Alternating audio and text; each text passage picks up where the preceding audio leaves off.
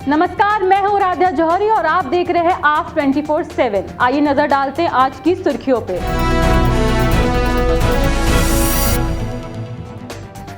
उत्तर प्रदेश में 2 भागों में होंगे इस बार नगर निकाय चुनाव। बीजेपी कांग्रेस के साथ साथ आप और सपा के वे अन्य पार्टी के कैंडिडेट चुनाव में खड़े हुए। यूनाइटेड स्टेट्स के नैशविल में 6 लोगों की स्कूल शूटआउट में हुई मौत। 28 साल का युवा था हमलावर। नोएडा के सेक्टर 30 में एक सरकारी हॉस्पिटल ने जारी की मुफ्त इलाज की सुविधा। बीजेपी सांसद के 9 साल पूर्व गोद लिए गांव में क्या बदलाव आया। अब खबरें विस्तार से। इस बार के नगर निकाय चुनाव में कई मुद्दे उठे। कहीं विकास की गति पर चर्चा की गई तो कहीं रोड की डिवाइडर की बनावट पर खास ध्यान देने का दावा किया गया और भी कई ऐसे मुद्दों पर बात की गई। बीजेपी ने कैंडिडेट बदले, बाकी पार्टियों ने भी नए कैंडिडेट्स को चुनाव में टिकट दिया। आइए जानते हैं, प्रयागराज से हमारे संवाददाता राघव अरोड़ा मौजूद हैं। मौजूद हूँ उत्तर प्रदेश के प्रयागराज शहर में और जैसा कि हम सब जानते हैं उत्तर प्रदेश में नगर निकाय चुनाव होने वाले जो कि 2 चरण में कराए जाएंगे, एक 4 मई और दूसरा 11 मई को, और जिनकी गिनती 13 मई को करी जाएगी। इसी के चलते प्रयागराज में तैयारी जोरों शोरों से चल रही है। हम आपको बता दें कि प्रयागराज से बीजेपी ने अपनी पुरानी कैंडिडेट अभिलाषा नंदी को टिकट नहीं दी है। हम आपको बता दें कि पिछले 2 बार से अभिलाषा नंदी इलाहाबाद से मेयर रह चुकी हैं, परंतु तब भी बीजेपी ने उन्हें टिकट ना देते हुए इस बार उमेश चंद्र केसरवानी को टिकट दी है। और साथ ही में समाजवादी पार्टी ने अजय कुमार श्रीवास्तव, आम आदमी पार्टी ने मोहम्मद कादिर, बीएसपी ने सैयद अहमद और कांग्रेस ने प्रभा शंकर मिश्रा को टिकट दिया। प्रयागराज से मेयर पद पर कुल 21 प्रत्याशियों ने भाग लिया है और पार्षदीय पद पर 100 वार्ड से 908 प्रत्याशी भाग लेंगे। हमारे साथ खुद महापौर के प्रत्याशी अजय जी मौजूद है, तो चलिए उनसे बात करते हैं और जानते हैं कि उनका क्या मोटिव है इस बार। मुद्दा है सबसे बड़ा यहाँ पे जो जलभराव का मुद्दा है। यहाँ पे जो हमारे 20 नए वार्ड बने हैं उस क्षेत्र का शिलापट तो लग गया सब जगह, लेकिन विकास कुछ नहीं हुआ, 0 है। तो 20 वार्डों को टॉप प्रायोरिटी के आधार पर हमारा काम है कराने का। डिवाइडर जो बने हैं बहुत गलत तरीके से, जिसपे मुख्यमंत्री जी का भी 6 महीना पहले कमेंट्स आया था कि कमर तोड़ू ये डिवाइडर हटाए जाए, लेकिन 6 महीना में अभी कोई कार्रवाई नहीं हुई उस पर। चुनावी माहौल चरम सीमा पर पहुंच चुका है और सारे प्रत्याशी लग चुके हैं जोर शोर से अपना डंका बजाने के लिए। तो आइए लोगों से बात करते हैं और जानते हैं कि उनको क्या लगता है इस बार कौन सी पार्टी का डंका बजेगा प्रयागराज में। चुनाव के चलते हम आ चुके हैं बीजेपी के केंद्रीय चुनाव कार्यालय में। आइए यहाँ से लोगों से जानते हैं कि क्या माहौल है और क्या हमें आने वाले दिनों में देखने को मिल सकता है। बीजेपी की जो लहर अभी तक चलती आ रही है, क्या उसी लहर के साथ हमें आने वाले चुनाव के जो रिजल्ट हमें देखने को मिलेंगे? उससे बेहतर मिलेंगे, उससे बेहतर परिणाम मिलेगा आपको। और प्रयागराज में तो प्रचंड बहुमत के साथ भारतीय जनता पार्टी हर वार्डों में जीत रही है। 100 में से लगभग 90 वार्डों में भारतीय जनता पार्टी का कमल का जो चुनाव चिन्ह है वो जीत रहा है। जैसे कि पिछली बार जो टिकट थी वो दी गई थी अभिलाषा नंदी जी को और अब कैंडिडेट चेंज कर दिए गए, तो क्या इसकी वजह से कोई अंतर देखने को मिलेगा या वैसा उससे बेहतर ही रहेगा? उससे बेहतर परिणाम होगा। गणेश केसरवानी भारतीय जनता पार्टी के मूल कार्यकर्ता है, जमीन से जुड़े कार्यकर्ता है। वो बूथ से, मंडल से, सेक्टर से काम करते हुए, महानगर अध्यक्ष के रूप में काम करते हुए हर कार्यकर्ता आज गणेश केसरवानी बनकर चुनाव लड़ रहा है। ये भारतीय जनता पार्टी के लिए उपलब्धि है। जैसा कि आप सबने देखा, भले वो प्रत्याशी हो या फिर कार्यकर्ता, सब चुनाव की जोर शोर से तैयारी में लग चुके हैं। फिर भले वो बीजेपी से हो, समाजवादी पार्टी से, आम आदमी पार्टी से या कांग्रेस पार्टी से। इसी चुनाव पर और जानकारी के लिए हमारे साथ जुड़े रहिए। मैं राघव अरोड़ा, वीडियो जर्नलिस्ट सूर्यांश सरस्वत के साथ आप 24/7। यूएस में बढ़ती हुई शूटआउट में खासकर स्कूल शूटआउट की संख्या दिन पर दिन बढ़ती नजर आ रही है। एक और बार नैशविल में एक प्राइवेट स्कूल में गोलीबारी की गई, जिसमें 3 छोटे बच्चे और 3 कर्मचारियों का देहांत हुआ। आगे इस पे एक खास रिपोर्ट देंगी हमारी संवाददाता रिद्धिमा कुमारिया। अमेरिका में गोलीबारी की घटनाएं थमने का नाम नहीं ले रही। एक बार फिर एक ऐसी ही घटना अमेरिका के नैशविल में कन्वेंट स्कूल से हमें मिलती है। अमेरिका में शूटिंग की ऐसी तमाम खबरें हमें आए दिन मिलती हैं। क्या इसका कारण गन लॉ पर सख्ती ना बरतना हो सकता है? आशा तो है कि भारत में ऐसे मसले यूएस से प्रभावित हो हमारे लिए दुविधा ना बन खड़े हों। बच्चों के लिए स्कूल सिक्योरिटी मेजर्स पर कड़ी निगरानी व आपातकालीन ड्रिल सेशंस रखने की आवश्यकता भारतीय विद्यालयों में जारी करना भी अनिवार्य होना चाहिए। इसी विषय पे चर्चा करने के लिए हमने क्वींस कार्मल स्कूल की प्रधानाचार्य व अन्य अधिकारियों से बात करी। 28 साल की एक महिला ने यूएस में गोलीबारी करी। अगर ऐसे किसी भारतीय विद्यालय में ऐसी कोई घटना घटित हो तो आपका क्या सुझाव है इस चीज़ में? सबसे पहले तो ये सुनकर ही हमें it is something which is unbelievable kind of a thing कि एक 28 साल की लड़की और एक जस्ट 28 साल की युवती ने छोटे बच्चों के ऊपर गोलीबारी करी। It is something which is very very unbelievable and I am very sure there could have been some psychological trauma in her life जिसने उसको ऐसी किसी चीज़ करने के लिए इतना ज़्यादा फोर्स किया। इस घटना में 6 लोग मारे गए। मरने वालों में 3 बच्चे और 3 स्कूल के ही कर्मचारी मौजूद थे। ये बच्चे तकरीबन 8 से 9 साल की उम्र के थे। स्कूल के कर्मचारियों में एक टीचर, एक स्टाफ मेंबर और हेड ऑफ द स्कूल का भी देहांत हो गया। इसी विषय में आगे बढ़ते हुए हमने एक माँ से बात करी। घटना है जिस तरीके से उस समय ये हुआ, किसी भी माँ के लिए क्या बीतती है वो तो मैं समझ सकती हूँ। और एक लेडीज नहीं, आपने कहा जिस तरह से एक लेडीज है वो घर सूट गया, तो एक लेडीज वो करके शायद वो भी कुछ माँ होगी, लेकिन उसके कुछ मजबूरियाँ रही होंगी। लेकिन ये गलत चीज़ है। आपने भी इसमें मेरे कदम उठाए, इन बच्चों को इन छोटे छोटे बच्चों को सूट कर ये तो फिर हमें हमारे मुस्लिम कल्चर से हम कह सकते हैं इस बातों को, तो लेकिन वो जो बच्चे गए हैं उसकी माता के ऊपर या फिर उसकी फैमिली के ऊपर क्या गुजर रहा होगा ये तो वही समझ सकते। पुलिस ने एक सीसीटीवी फुटेज भी जारी करी है जिसमें हमलावर को परिसर में प्रवेश करते व बाद में भगदड़ मचाते हुए देखा जा सकता है। इस वीडियो में हमलावर की गाड़ी को देखा जा सकता है। उन्होंने स्कूल के एंट्री गेट के शीशे पर भी गोलियां चलाईं। जो हथियार बरामद हुए उसमें एक कार्बाइन कैलिबर पिस्टल, एक हैंडगन और एक AR-15 मिली। अमेरिका के प्रेसिडेंट जो बाइडेन ने व्हाइट हाउस में गन कंट्रोल लेजिस्लेशन की चर्चा पर मीटिंग इसी घटना के तहत करी।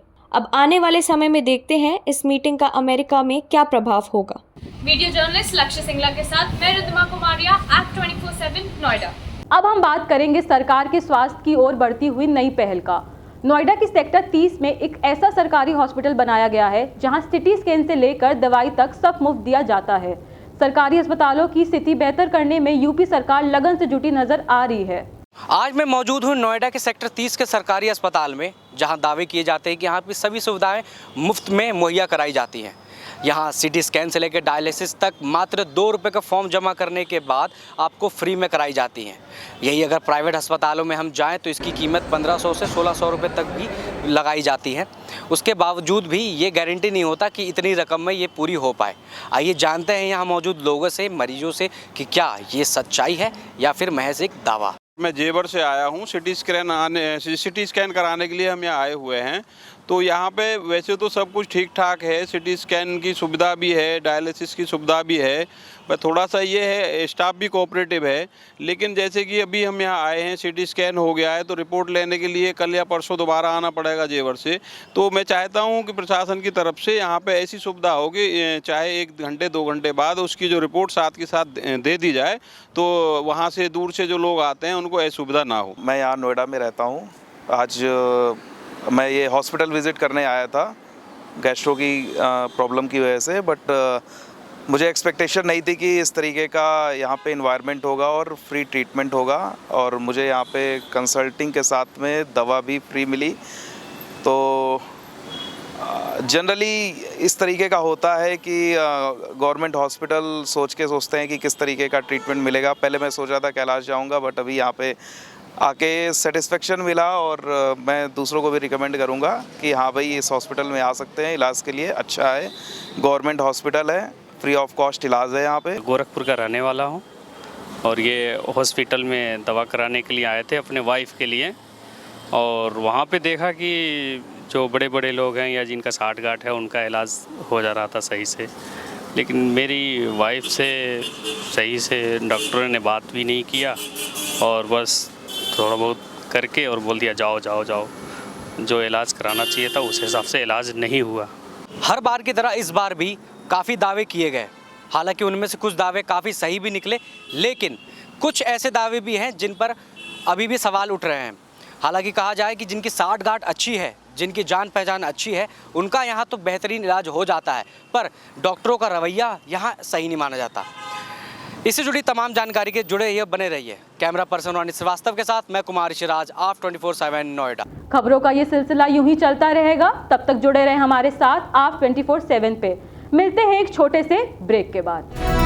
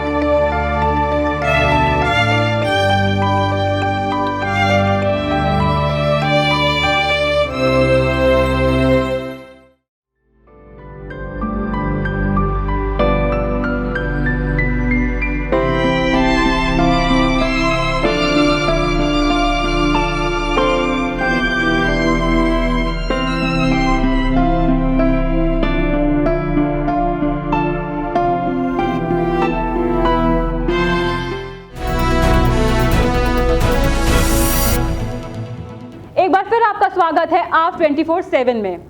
जनता को सरकार का तोहफा। सितंबर 2022 में लॉन्च हुए ONDC के द्वारा सरकार दुकानदारों व ग्राहकों पर लगे फिजूल की कमीशन से छूट देने की कोशिश कर रही है। तमाम डिलीवरी ऐप्स जैसे कि स्विगी और जोमेटो प्राइस रेट में बढ़ोतरी करते और उस पर अपने कमीशन लेते। इसका समाधान ONDC ने ग्राहकों को दिया है। इस पर विस्तार से समझते हैं हमारे संवाददाता करण हंस की रिपोर्ट से। स्विगी और जोमेटो जो कि भारत के हर छोटे और बड़े शहर में आज मौजूद है, और आपने भी कभी ना कभी अपनी ज़िंदगी में स्विगी और जोमेटो से ऑर्डर करा ही होगा फूड। लेकिन जो पिछले एक हफ्ते में चर्चा की बात रह रही है वो ONDC की है। ONDC एक गवर्नमेंट प्लेटफॉर्म है, open network for digital commerce. ONDC Swiggy और जोमेटो को कंपटीशन देने के लिए बनाया गया है। ONDC के थ्रू आप जोमेटो और स्विगी से सस्ता खाना ऑर्डर कर सकते हैं।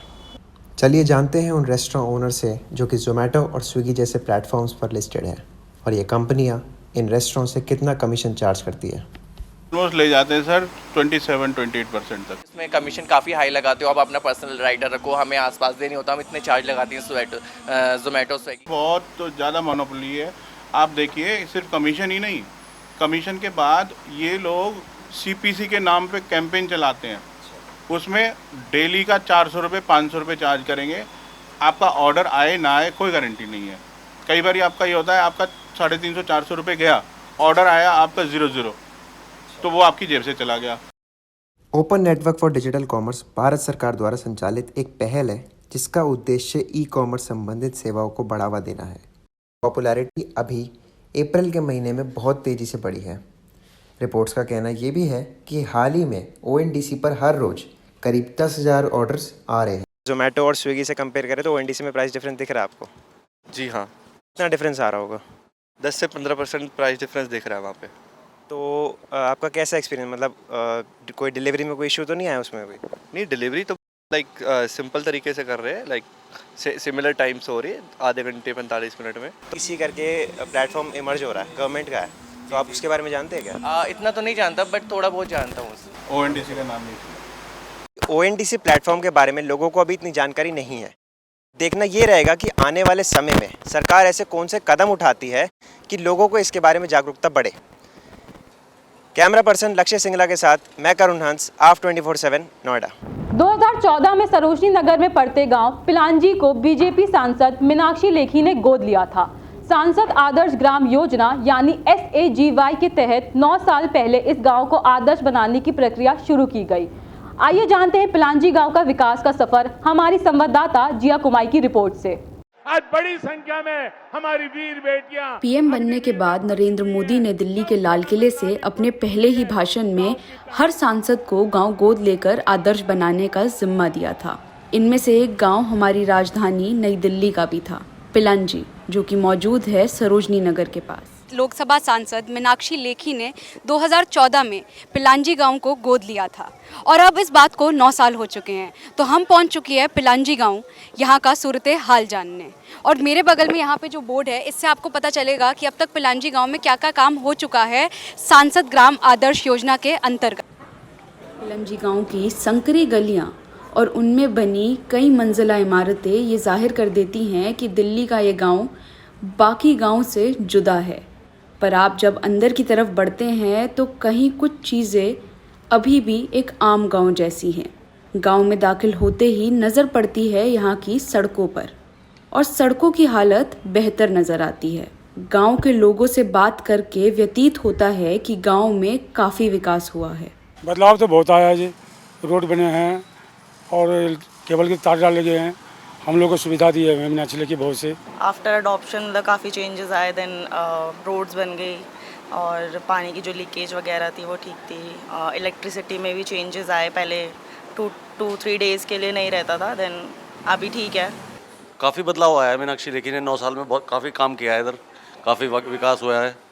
रोड भी डले हैं, सीवर भी डले हैं, पानी की लाइनें भी डली हैं, मतलब काफ़ी अच्छा काम किया उन्होंने। हम काफ़ी प्रभावित हैं उनके काम से। तो ये था पिलांजी का सूरत हाल। मैं जिया कुमाई, वीडियो जर्नलिस्ट लक्ष्य सिंगला के साथ आप 24/7। फिलहाल के लिए इतना ही, आपसे विदा लेती हूँ। ऐसी तमाम देश विदेश की खबरों के लिए बने रहें हमारे साथ आप 24/7।